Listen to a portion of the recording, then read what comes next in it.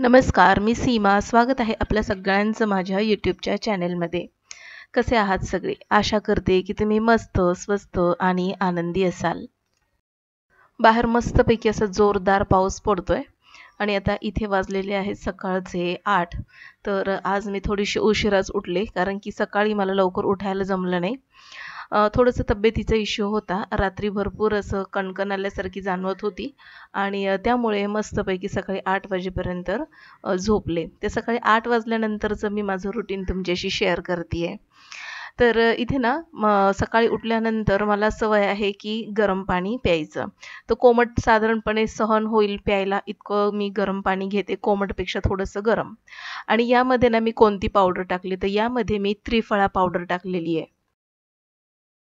तर आयुर्वेदाच्या नुसार त्रिफळा पावडर ही सकाळी जर आपण कोमट पाण्यामध्ये घेतली ना, तर आपल्या आरोग्यासाठी खूप अशी फायदेशीर आहे. तर ह्या त्रिफळा पावडरमुळे होतं काय, तर एकतर आपली डायजेशन सिस्टीम सुधारते, दुसरी गोष्ट आपलं पोट व्यवस्थित साफ राहतं आणि सगळ्यात महत्त्वाचं डोळ्यांसाठी आणि केसांसाठी त्रिफळा पावडर फार उपयुक्त आहे. तर त्रिफळा पावडरमध्ये आवळा, बेहडा आणि हिरडा असे हे 3 प्रकारच्या फळांची पावडर आहे. तर ही ना साधारणपणे अर्धा चमचा कोमट पाण्यामध्ये मिक्स करून रोज सकाळी घ्यायची. तर आपली ना मस्तपैकी रक्त देखील शुद्ध होतं आणि आपलं आरोग्य आतून छान असं स्वस्थ राहतं. तर झोपेतून उठल्यानंतर मी थोडीशी हॉलच्या खिडकीमध्ये बसले होते. त्यानंतर झाडू वगैरे मारून घेतला आणि मग नंतर कोमट पाणी पिले. कोमट पाणी पिऊन झाल्यानंतर मेथीची भाजी जी होती, तर अंघोळ होईपर्यंत ती भाजी ना मी अशी पाण्यामध्ये भिजत घातली. त्याचं एक कारण आहे, कारण की अंघोळीला साधारणपणे अर्धा तास तरी लागणारच आहे आणि त्या अर्ध्या तासामध्ये ही भाजी मी भिजत ठेवली. त्याची जी माती वगैरे आहे ना, तर ती पूर्णपणे पाण्यामध्ये निघून जाते आणि मस्तपैकी भाजी जर थोडीशी सुकल्यासारखी जर झाली असेल, तर ती भाजी पुन्हा टवटवीत होते आणि मस्तपैकी 2 पाण्याने पुन्हा एकदा धुवून घ्यायचं. तर अंघोळ झाल्यानंतर मग इथे मी माझं सकाळचं डाएट घेते. थोडेफार काही जे ड्रायफ्रुट्स आहेत, तर ते रोज सकाळप्रमाणे मी ते घेतलेले आहेत. आणि हे जे पिस्ता होते ना, तर पिस्त्याचे मी कव्हर साईडला काढून ठेवले होते. त्या पिस्त्याच्या कव्हरपासून मला छान असं एक असं वॉल हँगिंगचं पीस मला बनवायचे. त्यामुळे ना पिस्त्याचे कव्हर मी साठवून ठेवते. भाजी छान अशी मस्तपैकी अर्धा तास पाण्यामध्ये भिजली होती आणि आता या भाजीला मी पाण्यातून काढून घेते. चाळणीमध्ये निथळत ठेवते आणि मग पुन्हा एकदा ही भाजी छान अशी पाण्याने नळाखाली धुवून घेणार आहे आणि मग भाजीला फोडणी वगैरे देणार आहे. तर आज एक गृहिणी म्हणून खूप सारं असं काही मनामध्ये असतं आपल्या गृहिणींच्या आणि एक ती खंत म्हटलं तरी देखील चालेल. तर तेच तुमच्याशी आज मी शेअर करायचा प्रयत्न करते आहे. तर प्रत्येक गृहिणीच्या वाट्याला कधी ना कधी हा प्रसंग आलेला असेल आणि बघा आता खूप सारी माणसं असतात आपल्या आजूबाजूला मुखवटा घालून फिरत असतात आणि जी सांगत तर असतात की मी तुझ्याच बाजूने, मी तुझाच खूप चांगला विचार करते. पण मागे काहीतरी वेगळंच सुरू असतं यांचं. आपण जेव्हा स्वतःसाठी जगायचं किंवा काहीतरी करायचं ठरवतो ना, त्या मार्गावर चालायचं जेव्हा सुरू करतो, त्याच वेळेस ही माणसं आपल्याला आपण कसं चुकीचं आहोत ते समजावायला येतात आणि आपलीच माणसं ही आपल्या मागे पाय खेचण्याचा प्रयत्न करत असतात. एकंदरीतच काय आहे तर आपल्या ध्येयापासून ही माणसं आपल्याला थोडंसं पाठीमागे खेचण्याचा, आपल्याला हरवण्याचा प्रयत्न करत असतात आणि हरवू जरी नाही शकले ना, तरी देखील ही माणसं आपली मनःशांती, आत्मसन्मान आणि ऊर्जा हिरावून नक्कीच घेत असतात. त्यामुळे ही जी आपल्या अवतीभोवती असलेली माणसं आहेत, तर म्हणजे आपल्या बाजूने कोण आहे किंवा आपला चांगला विचार कोण करतंय, वाईट विचार कोण करतंय, ते हे आपल्याला वेळीच ओळखता आलं पाहिजे. आणि अशा माणसांचं म्हणजे जसं की कोणाचं ऐकायचं आणि कोणाला इग्नोर करायचं हे आपण वेळीच स्वतः शिकलं पाहिजे. स्वतःसाठी उभं राहिलं पाहिजे आणि अशा व्यक्तींना न बोलता इग्नोर करून त्यांना उत्तर दिलं पाहिजे. आता बऱ्याचदा असं आपल्याला जाणवतं, की हीच माणसं साधारणपणे कधीतरी ऑफिसमधली असतात, मित्रपरिवारातली असतात किंवा कधीतरी आपल्याच नातेवाईकातली, सोशल मीडियातली देखील असतात आपल्याला ट्रोल करणारे आणि आपण स्वतःला सिद्ध करण्याचा प्रयत्न करत असतो, की नाही मी चूक नव्हते किंवा मी चुकीची नाही आणि मी चुकीची नाही हे कसं सिद्ध करण्यासाठी आपण आपला बहुमूल्य वेळ आणि ऊर्जा असल्या निगेटिव्ह वाइब्समध्ये घालवत असतो. पण आपण कधी हा विचार केलाय का? आपण यांना उत्तर का देत आहोत? किंवा आपण यांना स्वतः आपण कसे चांगले आहोत किंवा चूक नाही आहोत हे पटवून देण्याचा का प्रयत्न करत आहोत?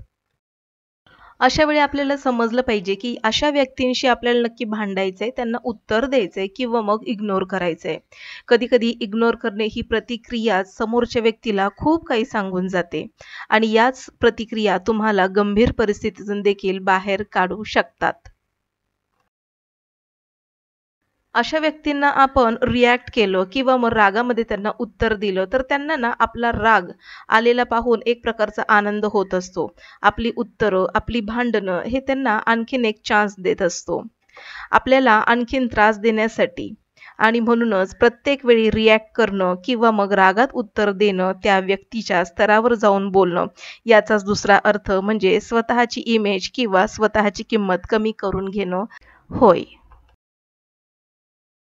ही जी माणसं असतात ना, आम्ही कसा तुझ्याबद्दल चांगला विचार करतोय, हे सांगण्याचा प्रयत्न करत असतात. पण एक प्रकारे त्यांनी आपल्याला पटवता-पटवता आपल्या मनाची मनःशांती उद्ध्वस्त केलेली असते. आपल्या आत्मसन्मानाची पूर्णपणे खच्चीकरण केलेलं असतं आणि आपली सकारात्मक ऊर्जा पूर्णपणे नाहीशा करण्याच्या मार्गावर असतात. आणि म्हणूनच आपल्याला अशा व्यक्तींना इग्नोर करणं खूप गरजेचं आहे. या व्यक्ती कुठेतरी आपल्या अवतीभोवती निगेटिव्ह वाइब्स म्हणजे निगेटिव्ह वातावरण तयार करण्याचा प्रयत्न करत असतात आणि म्हणूनच अशा व्यक्ती समोर आल्या ना, की आपल्याला त्यांच्याशी बोलायची इच्छा जास्त होत नाही आणि म्हणूनच अशा वेळेस आपण त्यांना जास्त काही उत्तर न देता त्यांना टाळणं आणि पुढे जाणं हेच आपल्यासाठी खूप योग्य आहे. आणि म्हणून आपण ज्या गृहिणी आहोत ना, काही रिकामटेकड्या वगैरे नसतो. भरपूर कामं असतात आपल्याला घरामध्ये.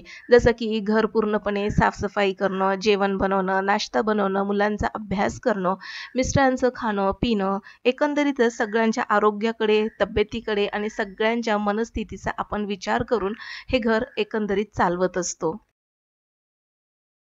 आणि अशा वेळेस अशा निगेटिव्ह वाइब्स देणाऱ्या व्यक्ती आपल्या अवतीभोवती आल्या ना, तर आपल्याला एक प्रकारची चिड होत असते आणि म्हणून या व्यक्तींना शक्यतो तुम्ही 4 हात लांब ठेवू शकता. शक्यतो अशा व्यक्तींचे कॉल वगैरे आले, तर त्यांना शक्यतो टाळण्याचा प्रयत्न करा. उत्तर देत बसू नका. समोर आले, तर त्यांना फक्त स्माईल करा आणि पुढे निघून जा. या व्यक्ती तुम्हाला खूपच डिवचण्याचा किंवा मग काहीतरी बोलून तुम्हाला तुमच्या मनातलं बोलण्याचा प्रयत्न करत असतात, मनातलं काढून घेण्याचा प्रयत्न करत असतात. तर अशा वेळेस तुमच्या मनाला शांत ठेवा, तुमच्या रागावर कंट्रोल ठेवा. असं केल्यामुळे काय होईल, समोरची व्यक्ती थोडीशी डिस्टर्ब होईल, बेचैन होईल. त्याला कळत नसतं, की अरे मी इतकं बोलतोय किंवा इतकं बोलतीये, तरी देखील ही व्यक्ती काहीच रिॲक्ट करत नाहीये. आणि मग असं म्हणतं ना, की एखादा व्यक्ती बोलून खूप सारं बोलतो आणि नंतर मग स्वतः शांत होतो, थकतो. तर असंच काहीसं त्याच्या बाबतीत होणार आहे आणि मग त्याला कुठेतरी जाणवेल, की अरे, इतकं आपण बोलतोय, पण समोरची व्यक्ती काहीच रिस्पॉन्स करत नाहीये आणि मग तोच व्यक्ती स्वतःहून शांत होतो. तर आज मला तुमच्याशी या विषयावर बोलावंसं का वाटतंय? कारण की सध्या आपण ज्या गृहिणी आहोत ना, जॉइंट फॅमिलीमध्ये असतो किंवा मग असं काहीतरी आपल्या डोक्यामध्ये विचार चालू असतात. खूप सारं बर्डन असतं, टेन्शन असतं आणि अशा टेन्शनमध्ये अशा व्यक्ती जर तुमच्या आयुष्यामध्ये आल्या ना, तर तुमची झोप उडालीच म्हणून समजा आणि म्हणून अशा वेळेस आपण गृहिणींनी हे सगळं करणं खूप गरजेचं आहे. अडचणीच्या वेळेस, संकटाच्या वेळेस या व्यक्ती कधीच आपल्या पाठीशी उभं राहत नाही. फक्त त्यांना आपल्याला डिस्टर्ब करणं, त्रास देणं हाच फक्त त्यांचा हेतू असतो. आणि म्हणून माणसं सगळ्यात उत्तम आहेत आपल्या अवतीभवती हे कसं ओळखायचं? जास्तीत जास्त माणसं चांगली आहेत याची ओळख आपल्याला कठीण परिस्थितीमध्येच होत असते आणि कठीण परिस्थितीमध्ये संकटाच्या वेळी जी माणसं आपल्यासोबत धावून येतात आणि मदतीला ऐन मध्यरात्री देखील उभी राहतात ना, तर तीच माणसं आपल्या बरोबरीची आहेत आणि आपल्याला वेळेमध्ये सांभाळून नेणारी आहेत. तर हीच माणसं खरी हे आपण तिथेच ओळखलं पाहिजे. आता आणखीन एक महत्त्वाची गोष्ट, बऱ्याचदा घरातली कामं झाल्यानंतर बऱ्याचशा गृहिणी निवांत वेळेमध्ये काही सीरियल बघत असतात. काही उगाचच इकडे-तिकडे नातेवाईकांना फोन करून त्यांची विचारपूस करत असतात. मैत्रिणींना कॉल करून त्यांना बऱ्याचशा गोष्टी चर्चा करत असतात या वेळेमध्ये. तर ही जी वेळ आहे ना, तर हीच वेळ थोडीशी आपल्यासाठी घातक देखील ठरू शकते. तर ती कशी ते मी सांगते. बरेचसे नातेवाईक आणि आपल्या मैत्रिणी या आपल्या सोबत चांगलेच विचार शेअर करतील असं नसतं. पण सगळेच वाईट आहेत याचा असा अर्थ देखील होत नाही. बऱ्याचशा गृहिणी याच वेळेमध्ये गॉसिपिंग करण्याचं काम देखील करत असतात. कडू आहे पण सत्य आहे. कारण की हिच्याकडे हे आहे, तिच्याकडे ते आहे, माझ्या आईकडे असं आहे, तिच्या मैत्रिणीकडे तसं होतं. तर याच गोष्टी एकमेकांना शेअर केल्यामुळे गॉसिपिंग होते आणि याच गॉसिपिंगमधून भरपूर सारे गैरसमज वाढत असतात आणि म्हणून अशा गॉसिपिंग आपण करणं टाळलं पाहिजे. याच गॉसिपिंग आपली मनाची शांतता आणि म्हणूनच मला इथे प्रामुख्याने असं सांगावंसं वाटतं, गृहिणी म्हणजे स्त्री ही केवळ एक नातं नाहीये, तर ती एक विचारसरणी आहे, प्रेमाची, सहनशीलतेची आणि सामर्थ्याची देखील. आपल्या शब्दांनी एखाद्याला आधार मिळाला पाहिजे, उभारी मिळाली पाहिजे आणि म्हणून आपले शब्द, आपले विचार हा आपला आवाज असला पाहिजे. शब्द हे आपले प्रेरणा देणारे असले पाहिजेत, आत्मविश्वास वाढवणारे असले पाहिजेत. आणि म्हणून आजच्या काळामध्ये आवाजहीनांसाठी एक सशक्त असं ऊर्जा देणारा हा जो तुमची विचारसरणी आहे ना, तर ही विचारसरणी तुमच्या मैत्रिणींपर्यंत, तुमच्या नातेवाईकांपर्यंत ऊर्जासहित कशी तेथपर्यंत त्यांना पोहोचेल आणि ती ऊर्जा त्यांना कशी जाणवेल, तर याकडे आपला भर असला पाहिजे. एखादा अडचणीत आहे, एखादा संकटात आहे, तर त्याला संकटातून बाहेर पडण्याचा मार्ग आपण सांगितला पाहिजे. काहीतरी उपाय सांगितला पाहिजे, ना की तू या संकटामध्ये कसा फसलायस किंवा कशी फसली आहेस, हे सगळं आपण सांगत बसलं नाही पाहिजे. आपण महिला एकाच वेळी खूप साऱ्या भूमिका बजावत असतो. गृहिणी, पत्नी, आई, सोबतच टीचर, सून आणि गोड मैत्रीण. तर अशा भूमिका बजावताना व्यक्तीला आपण हवे-हवेसे वाटलो पाहिजे. म्हणजे मैत्रीण असेल किंवा नातेवाईक असतील किंवा मग आपले सासू-सासरे असतील, तर त्यांना अशीच एक सून हवी असते, अशीच एक मैत्रीण हवी असते किंवा मग अशीच एक गृहिणी, आई, पत्नी म्हणून हवी असते, की जी वेळप्रसंगी आपल्याला समजून घेईल आणि वेळप्रसंगी आपल्याला खांद्याला खांदा लावून उभी राहील. म्हणून आपल्या अवतीभवती आपली संगत देखील तितकीच एक सकारात्मक ऊर्जा देणारी देखील असली पाहिजे. माणसं ओळखा, चांगल्या विचारांची माणसं आपल्या सान्निध्यात असू द्या, चांगल्या मैत्रिणी असू द्या, चांगल्या नातेवाईकांशी चांगल्या गप्पा करा आणि जर तुम्हाला असं वाटत असेल, की यांच्याच मधून काहीतरी अशा व्यक्ती आहेत, की ज्यांच्यामुळे आपल्यामध्ये गैरसमज पसरत आहेत आणि याच गैरसमजामुळे बरीचशी नातेवाईक किंवा नातेसंबंध दुरावतायत, तर अशा व्यक्तींपासून तुम्ही वेळीच सावध राहा. ते कसं राहायचं हे मी तुम्हाला इग्नोर कसं करायचं यातून तुम्हाला सांगितलेलंच आहे. तर बऱ्याचशा गोष्टी न बोलल्याने देखील आपण खूप काही साध्य करू शकतो. जरुरी नाहीये प्रत्येक वेळी आपण व्यक्तीला उत्तर दिलंच पाहिजे आणि भांडण करून घराची शांती उद्ध्वस्त केली पाहिजे. तर ह्या काही अशा गोष्टी होत्या ज्या मला आज प्रामुख्याने तुमच्याशी शेअर कराव्याशा वाटत होत्या. तर असो, आज मी इथे माझं पूर्ण घराचं, माझं स्वतःचं रुटीन शेअर केलं. तर आज बऱ्यापैकी वेळ होता. सकाळी क्लास देखील नव्हता आणि म्हणून क्लास नसल्यामुळे आज बऱ्यापैकी विचार केला होता, की घराची थोडीफार साफ करावी. तर ना, आज साफ करत असताना आज हॉलची खिडकी मी पावसाळा सुरू झाला, की एक बाहेर मस्तपैकी असं ओलसर, दमटसर वातावरण असतं आणि त्याच दमटसर वातावरणाचा परिणाम आपल्या घरामध्ये देखील जाणवत असतो आणि म्हणून ना घरामध्ये मोकळी, खेळती अशी हवा असणं खूप गरजेचं आहे. तर पावसामुळे बऱ्यापैकी काचेवरती धूळ वगैरे चढली होती आणि पावसाचे शिंतोडे देखील भरपूर उडालेले होते. तर काच ना मी फक्त आतूनच साफ केलेली आहे. तर बाहेरून मी काही केलेलं नाही कारण की सध्या तरी पावसाचे दिवस आहेत आणि या पावसाच्या दिवसामुळे काच पुन्हा बाहेरून खराब होणारच आहे. म्हणून मी आतून फक्त पुसून घेतली, काच पुसली आणि जाळी देखील स्वच्छ केली. सोबतच सोफ्यावरती भरपूर अशी धूळ उडालेली म्हणून सोफ्याचे कव्हर देखील आता काढून स्वच्छ धुवून घेणार आहे. आणि आता हॉलमध्ये बऱ्यापैकी धूळ उडाली असल्यामुळे हॉल देखील मस्त असा पुसून घेते. म्हणजे घर कसं स्वच्छ, सुंदर असं वाटेल.